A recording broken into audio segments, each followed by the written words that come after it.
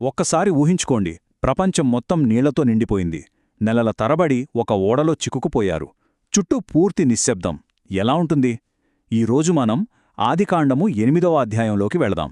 ఇది కేవలం ఒక పాత కథ కాదు. భయంకరమైన కష్టాల తర్వాత నిరీక్షణ, ఓర్పుతో ఒక కొత్త ఆరంభాన్ని ఎలా పొందవచ్చో చెప్పే ఒక అద్భుతమైన పాఠం. అసలు ఈ కథలో టర్నింగ్ పాయింట్ ఏంటో తెలుసా? ఏదో పెద్ద సంఘటన కాదు, ఒకే ఒక్క చిన్న వాక్యం. దేవుడు నోవహును జ్ఞాపకము చేసుకొనెను. ఒక్క క్షణం ఆలోచించండి. నెలల తరబడి నీళ్ల మధ్య నిశ్శబ్దంలో ఉన్న నోవహుకు ఈ మాట ఎంత ధైర్యాన్నిచ్చుంటున్నో కదా. ఇది దేవుడు ఏదో చేశాడని చెప్పడం కాదు, ఆయనకున్న కరుణ, సరైన సమయానికి స్పందించే ఆయన తత్వం గురించి చెబుతోంది. సరే, మరి కథలో మొదటి భాగానికి వస్తే, నీళ్లు తగ్గటం. అదంతే వెంటనే జరిగిపోలేదు, చాలా కాలం పట్టింది. అదొక సుదీర్ఘమైన, నిశ్శబ్దమైన నిరీక్షణ. ఊరికే ఎదురుచూడటం కాదు, వాళ్ల విశ్వాసానికి అదొక పెద్ద పరీక్షలాంటిది. చూడండి, వాళ్ళకి నెలల తరబడి కనపడిందేంటి?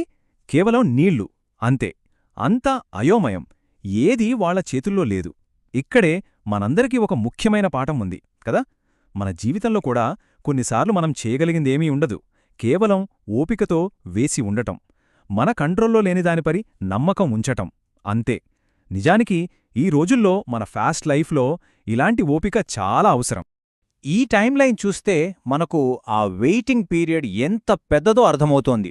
చూడండి, 150వ రోజున నీళ్లు తగ్గడం మొదలయ్యాయి. 7వ నెలలో ఓడ అరారతు పర్వతాల మీద ఆగింది. 10వ నెలకు గాని పర్వతాల కొనలు కనపడలేదు. ఆ తర్వాత మళ్లీ 40 రోజులకు నోవహు కిటికీ తెరిచాడు.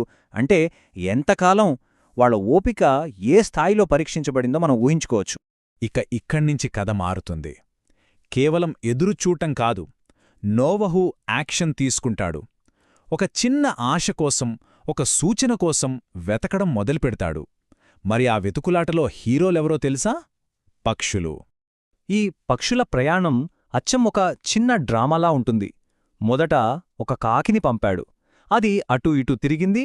ఆ తర్వాత ఒక పావురాన్ని పంపాడు. పాపం దానికి ఎక్కడా చోటు దొరక్క మళ్లీ ఓడకే తిరిగొచ్చింది. ఒక వారం ఆగి మళ్లీ పంపితే ఈసారి అది సాయంత్రానికి ఒక తాజా ఓలీవ్ ఆకుతో తిరిగొచ్చింది.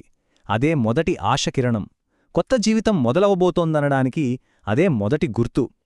ఆ తర్వాత ఇంకో వారం ఆగి పంపితే అది అసలు తిరిగి రాలేదు. అప్పుడు నోవహుకు అర్థమైంది, బయట ప్రపంచం జీవించడానికి సిద్ధంగా ఉందని.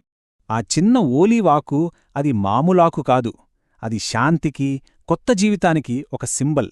మనకు తెలుసు కదా, ఓలివా చెట్లు ఎంత కఠినమైన పరిస్థితుల్లోనైనా బతుకుతాయి. అందుకే మళ్లీ అంతా బాగుపడింది అనడానికి అది పర్ఫెక్ట్ సింబల్ అన్నమాట.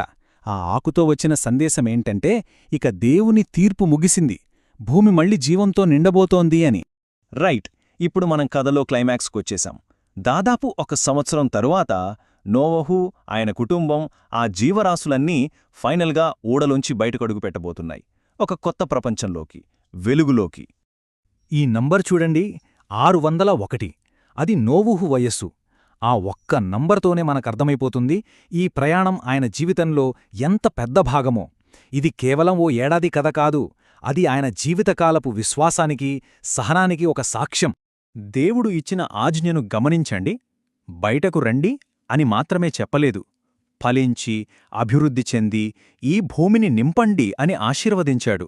అంటే శిక్ష తరువాత జీవం మళ్లీ మొదలవడమే కాదు, అది వృద్ధి చెందాలని దేవుడు కోరుకుంటున్నాడు. అదొక దైవిక ఆదేశం. సరే, అందరూ బయటకొచ్చారు. మరి ఇప్పుడు నోవహు చేసిన మొదటి పని ఏంటి? ఇల్లు కట్టుకున్నాడా? లేక ఆహారం కోసం వెతుక్కున్నాడా? ఊహించండి. కాదు, ఆయన చేసిన మొదటి పని ఆరాధన. ఇక్కడే ఈ కథలో ఒక చాలా లోతైన నైతిక పాఠముంది. అవును, ఇల్లు కట్టలేదు, పొలం దున్నలేదు, అన్నిటికన్నా ముందు దేవునికి థ్యాంక్స్ చెప్పడానికి ఒక బలిపీఠం కట్టాడు. దీన్నుంచి మనం నేర్చుకోవాల్సిందేంటంటే, మనకు కష్టం నుంచి బయటపడి ఒక కొత్త అవకాశం దొరికినప్పుడు మన మొదటి రియాక్షన్ కృతజ్ఞత అయ్యుండాలి. ఎందుకంటే కృతజ్ఞతతో మొదలుపెట్టిన ఏ పనైనా సరే అది చాలా స్థిరంగా ఉంటుంది. నోవహు చూపిన ఆ కృతజ్ఞతకు దేవుడు ఒక గొప్ప వాగ్దానంతో బదిలిచ్చాడు. నిజానికి ఇది కథకు ముగింపు కాదు, ఇది మనుషులకు, ఈ మొత్తం సృష్టికి ఒక కొత్త, స్థిరమైన భవిష్యత్తుకు ఆరంభం. ఇదే ఆ వాగ్దానం యొక్క సారాంశం. ఇక మీదట మనుషుల్ని బట్టి భూమిని శపించును, ఇలాంటి నాశనాన్ని మళ్ళీ తీసుకురాను అని దేవుడు మాట ఇస్తున్నాడు. అంటే మనుషుల్లో ఎన్ని లోపాలున్నా సరే ఇకపై దేవునితో మన సంబంధం కృప, విశ్వాసం మీద ఆధారపడి ఉంటుంది. ఆ నిబంధనలో ఉన్న విషయాలు చూడండి, ఎంత ప్రాక్టికల్గా మన రోజువారీ జీవితానికి ఎంత దగ్గరగా ఉన్నాయో. విత్తేకాలం, కోతకాలం, చలి, వేడి, వేసవి, శీతాకాలం, పగలు, రాత్రి, ఇవన్నీ ఎప్పటికీ ఆగవు అని దేవుడు మాట ఇస్తున్నాడు. అంటే మనకొక స్థిరమైన, నమ్మకమైన ప్రపంచాన్నిస్తున్నాడు. జీవితం సజావుగా సాగడానికి ఇదే కదా కావాల్సింది. ప్రకృతిలో మనం చూసే ఈ సైకిల్ దేవుడిచ్చిన మాటకు ప్రతిరోజు గుర్తుచేస్తూ ఉంటుంది. సో ఫైనల్గా మనం అర్థం చేసుకోవాల్సింది ఇదే. నీళ్లతో మునిగిన ప్రపంచం నుంచి ఒక స్థిరమైన ప్రపంచానికి సాగిన ఈ ప్రయాణం ఒక పవర్ఫుల్ లెసన్ ఇస్తుంది. అదేంటంటే ఓర్పు ఉంటే నిరీక్షణ పుడుతుంది. ఆ నిరీక్షణ ఒక కొత్త ఆరంభానికి దారితీస్తుంది. మరి ఆ కొత్త జీవితాన్ని విశ్వాసంతో నిలబెట్టేదేంటే? కృతజ్ఞత. సింపుల్గా ఇదే ఈ అధ్యాయం యొక్క సారాంశం. ఈ కథలోని పాఠాలు మన జీవితాలకు కూడా ఖచ్చితంగా వర్తిస్తాయి. మన జీవితాల్లో కూడా కష్టాలు, సవాళ్లనే వరదలు వస్తుంటాయి. అవి తగ్గినప్పుడు మనం మొదటగా కట్టే బలిపీఠం ఏది? మన మొదటి పని కృతజ్ఞతతో మొదలవుతుందా, లేక మరేదైనా ఉంటుందా? ఇది మనమందరం ఆలోచించాల్సిన ప్రశ్న.